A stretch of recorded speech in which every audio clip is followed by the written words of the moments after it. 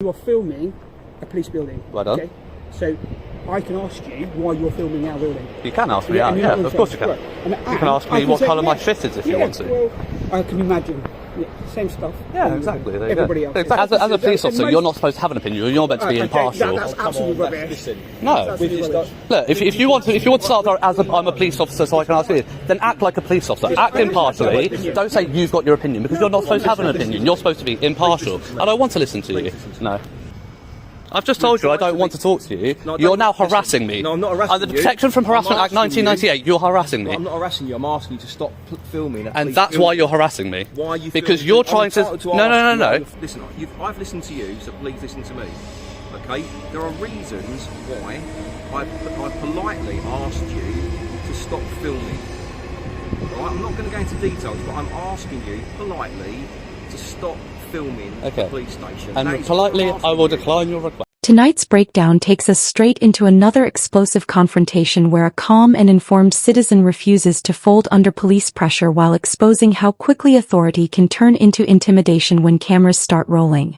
The footage from Power to the Proletariat captures a routine filming session outside a police facility that suddenly erupts into a battle over rights control and public accountability. Instead of backing down, the auditor keeps complete composure, dismantles every weak demand with confidence, and forces officers to confront the limits of their authority in real time. If you enjoy seeing tense encounters broken down with sharp analysis and real legal insight, make sure you subscribe because this situation escalates almost immediately and only gets more intense from there. Pardon? If you want to film, you go from... when does your land start? Bollards. By the bollards? Yeah, okay, no worries. So why are you filming the entrances? Who are you, sorry? I'm a police officer from this building. You're a police officer from this building? You're plain clothes, you've got your warrant card with you? There you go. Thank you. Your warrant card? Yeah. Could you your collar number? I haven't got a collar number. You don't have a collar number, so you're an inspector then? No, I'm a sergeant. You're a sergeant, so sergeants have collar numbers? We don't have collar numbers. But he's just given me his and he's a sergeant. That's not a collar number, is it? It's a warrant number, it's completely different. Okay, you've just filmed it, so you've got it. So if you want to film... I can't guarantee that got on camera. Okay, well, so that's, I don't really appreciate you filming me. Well, you've approached me, knowing that I've got a camera in my hand, so... Yeah, I've asked you to get off the land. And I have. And you asked me questions, I've answered your questions. But I said I don't appreciate you filming me, okay? Okay. And so... And legitimately, I can ask you why you're filming our building. And legitimately, I can say because I want to. Oh, okay. Right, you finished, or are you going to carry on filming? Well, I'm going to be here for as long as I want to be here. Okay. Is there a time limit? Am I under curfew? I'm asking you a question. Why are you getting all asking aggressive? Well, because I don't like being accosted for performing illegal activity. I've touched you. Is it accosted? No, I didn't say assaulted. No. There's a difference. Look up what accosted means, okay? Don't use words that you don't know, okay? You're on our land, you've been told to get off, okay? Yeah, and I have. You have done, okay? And you are filming a police building. Well done. Okay? So I can ask you why you're filming our building. You can ask me, yeah, of course you can. You can ask me what colour my fit is if you want to. Well, I can imagine. Yeah, same stuff. Yeah, exactly. Everybody else. Exactly. That's what my point is. You can ask me anything you want to ask me. Not a problem. Absolutely. Not a problem. Yeah. And same as you can film, and I can ask away, and I can be in your way, and I can stand here quite legitimately. Oh yeah, sure. That's fine. I've got no problem standing there, but don't stand in front of a camera and then say you don't want to be filmed. No, that's a bit silly, I don't want isn't to. it? I said I don't appreciate you filming me, but I will stand here while you're filming and causing nuisance out here. How am I causing a nuisance? Because people come and go their business, right? The police officers. Well, as a police officer, when you start using words like nuisance, okay? No, you need to understand the legislation when you start using words like no, because you're potentially accusing me of public nuisance. If you're going to throw away words like nuisance, you need to understand the legislation behind it and the categorisation. That's not the right word, is it? There's lots of words you're using that you don't really understand. Okay, you are being a nuisance. Okay. Okay. Well, I say you're being a nuisance. You're interrupting my lawful activity. Well, so you're doing a lawful activity. You're on our land. That's lawful. No, it's not. It's lawful until you ask me to leave. There's no trespassing signs. And as soon as you asked me, I left. So what I was doing was lawful. So don't throw away say I'm not doing something that's lawful when it is. You are being a nuisance. I'm not though. You are. I'm not. You are. In what way? Right. Because my colleagues are trying to come and go from this building. Am I stopping them from doing that? Let me finish what I'm saying, okay? Because you're not letting me finish, okay? Well, I don't want to let you finish. Well, don't ask me a question then. Well, don't ask me a question. Then you're being a nuisance and you're being a pain, and you know that's what you're doing, and you're filming me. That's great. Put it on YouTube. Do what you need to do. But you're doing this just to wind up police officers. You're trying to go about their business. There's other people working, not just police officers. You don't really want their faces on YouTube or other people filming them work. You know, I'm sure you go about your people you care about go do their lawful business goes. They don't really want to be filmed going in and out of their place of work, do they? That moment completely changed the direction of the encounter because the officer stopped relying on facts and started leaning on vague accusations that could not clearly be explained or defended. Instead of reacting emotionally, the auditor stayed controlled, focused on the wording, and forced the officer to explain exactly what law was supposedly being broken. That is where the pressure shifted. The more the auditor calmly questioned terms like nuisance and provocation, the more obvious it became that the authority behind the accusations was starting to weaken. You could actually hear the frustration building once the conversation moved away from intimidation and into legal precision because the usual script was no longer working. The auditor never needed to raise his voice or become aggressive because calm confidence and direct questions exposed the uncertainty on the other side of the interaction. Encounters like this show how important it is to understand your rights, stay composed, and avoid giving vague claims more power than they deserve. Do you think the auditor handled this perfectly, or would you have stopped answering the moment the officer began pushing those accusations? On camera, we're in London, and on camera every square inch. But not everybody's putting that YouTube or put it out. There's no reason for you to do. And like you say, that is being a pain and being a nuisance. It's not. Well, in your opinion, and I'm on top of my opinion. Yeah. And most See, as a police officer, you're not supposed to have an opinion. You're meant to be impartial. That's absolutely rubbish. Listen, no. Look, if you want to start as I'm a police officer, so I can ask you, then act like a police officer. Act impartially. Don't say you've got your opinion, because you're not supposed to have an opinion. You're supposed to be impartial. I don't want to listen to you. No.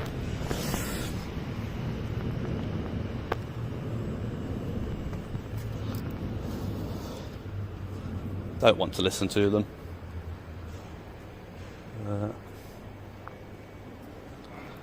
So yeah, this is okay, so signage on this one is all personnel are required to use their access pass for entry. Security will not open the gates until the pass has been verified.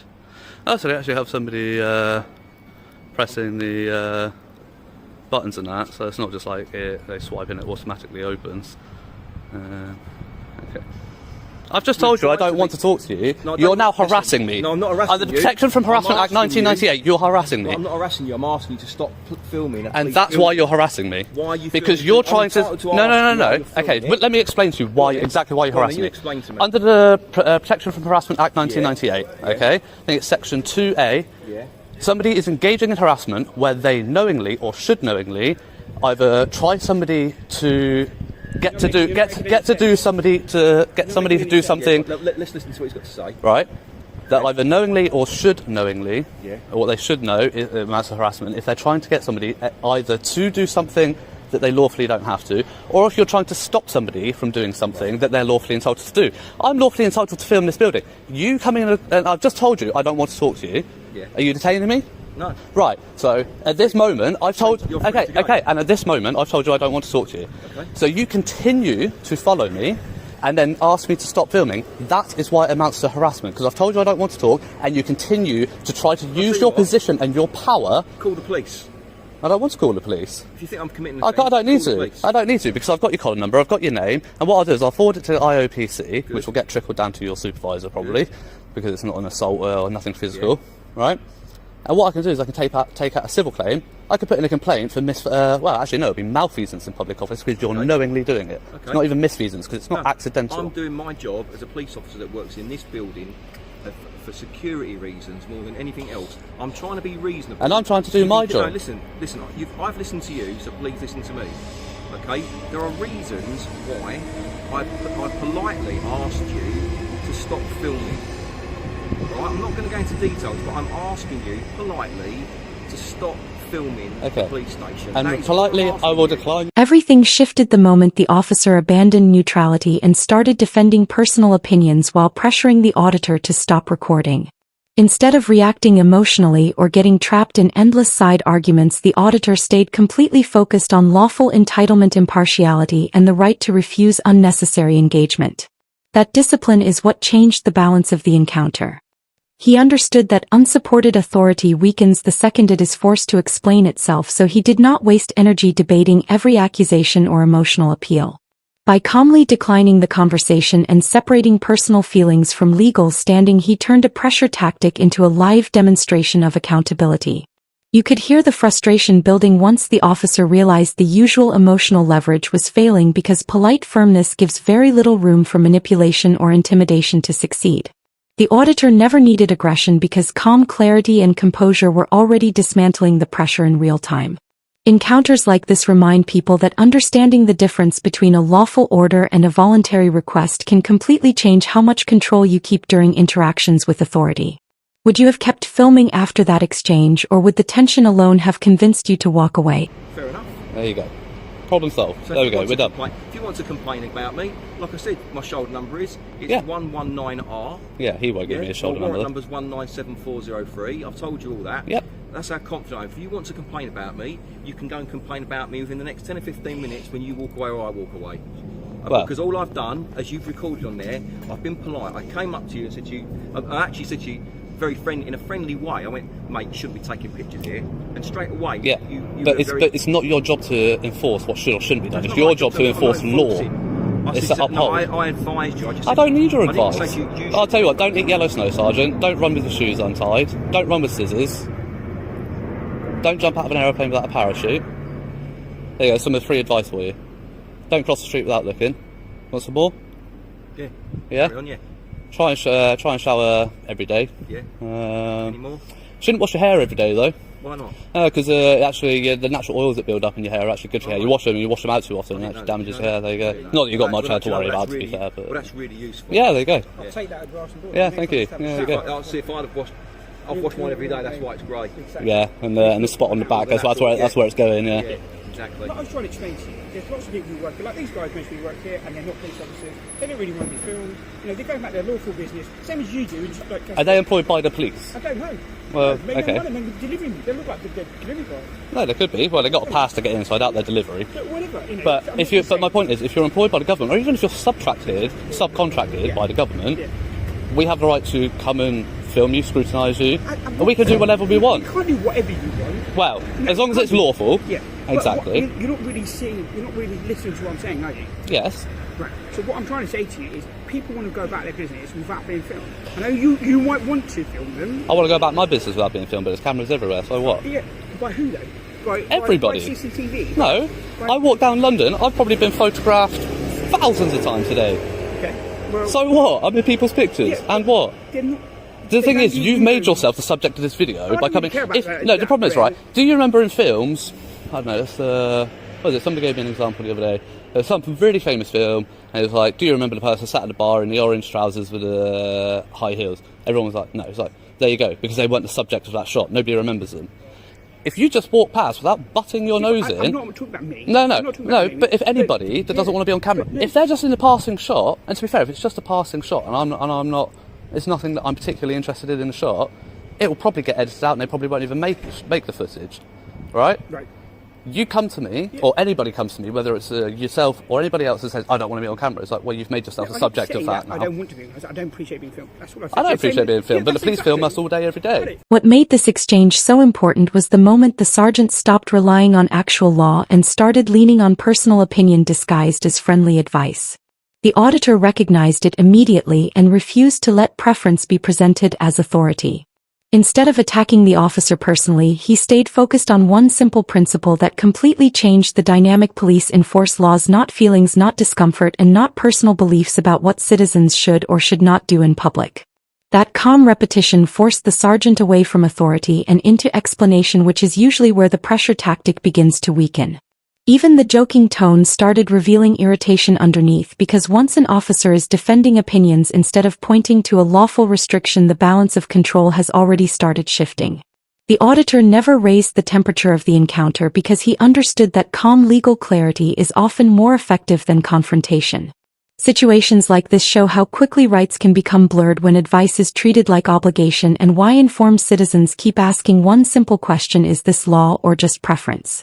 Would you have challenged that so-called friendly advice immediately, or stayed quiet just to avoid prolonging the interaction? Do you not think they've got better things to do than film you all day and all day? Unless you're doing something and you're in some sort of unlawful protest or lawful protest, then they will do. But I can't. There's so many different scenarios that you can do. But what I'm trying to get to you is that this is a police building, as you well know. Okay, there's certain things that people don't want to have publicised and published. Like what? them coming and going, and then what they do. You know, this is and it's got security aspects. So you must understand that. You know. Not particularly. You No. don't understand that. No. Okay. Well, there's no point having this conversation then. No, and I told you that about 5-10 minutes ago, but you're still here. So. Well, Walk off then. Pardon? Walk off then. Oh, I tried to, but they followed me. So how about that one? carried on Hey, so don't filming. butt your nose in. Who are you? Who are you to come and butt your nose in? Have you got your ID with you? Your warrant card? Yep. Can I see it, please? No. Why not? Don't want to. You don't want to? Nope. Okay, that's fine. Let's get a nice picture of that, of your face, and I'll just send that to the IOPC. Are you based here, are you? You based here? That's fine. It's failure to identify. If you're going to come and butt your nose in and try and act as a police officer, and you're going to refuse to identify under Section 42 of the Police Reform Act, that's fine. You can have your sanctions, whatever they decide to do. Not a problem. Your sanctions, whatever the IOPC decide to do. They won't do anything. Is that what you think? I've already had cases upheld for failure to identify, for being manhandled against my will. Okay. Trust me, this isn't my first rodeo, and I know how to get a complaint pushed through. Oh, really? Well, even if you don't identify yourself, last person that assaulted me refused to identify at Charing Cross. They already know who he is. His investigation's ongoing. That sounds terrifying. Yeah, it should be. Yeah. Your absolute utter disregard for the public and your protocols and the law is disgusting. You are a disgusting excuse for a police officer. Oh. At least these two identified. They were actually willing to show their warrant There's cards. no need to be rude about stuff, is there? Well, there absolutely is. No, there isn't. Well, there is. If he's going to come over and butt his nose in and not identify, it's absolutely every need. So you just asked me a question. I'm just chatting to you. I don't need to identify. Well, I don't want to chat to you, so Okay, walk away then. I don't want to walk away. Stand in and talk with him. Yeah, then. Boring individual. Living a very boring life. Absolutely. See, I find there are often two types of cops. Ones that were bullies at school and just want to carry on that position, or ones that were bullied and counteractively they want to become police officer to sort of feel that power. I reckon you were the bullied. You got that sense about you. You got that face about you. Are you okay? Yeah, I'm good. Just you look a little bit like you're trembling. You're okay. There's nothing to be fearful. Well, I've got like 3 police officers surrounding me for doing an awful activity. Surrounding you. You're free Well, to I've go. got one on my right, one in front of me, and one on my left. Yeah. You're free to go. You're free to go. Okay. We're encouraging you to walk away. This encounter perfectly exposed how pressure tactics often rely more on control and intimidation than clear lawful authority. The officer leaned on vague security concerns, avoided proper identification when challenged, and kept trying to steer the interaction back onto his own terms. The auditor completely reversed that dynamic by refusing to argue emotions and focusing only on accountability, lawful authority, and the right to question public officials exercising power. That is where the momentum changed. The moment scrutiny shifted from the camera onto the uniform, the officer's confidence started fading because authority becomes much harder to maintain when it is suddenly being examined instead of blindly accepted. By calmly demanding identification and referencing the complaints process, the auditor forced the interaction into a space where justification mattered more than intimidation. He never needed aggression because composure and clarity were already exposing the weakness behind the pressure tactic.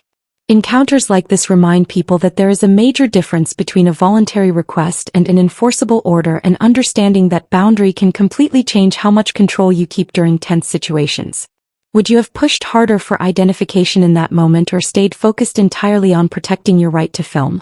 Drop your thoughts in the comments, and if you respect calm confidence, lawful clarity, and people standing their ground under pressure, make sure to like this video and subscribe, because every view helps spread these real-world lessons to more people before they ever face a situation like this themselves. And politely, I will decline your request.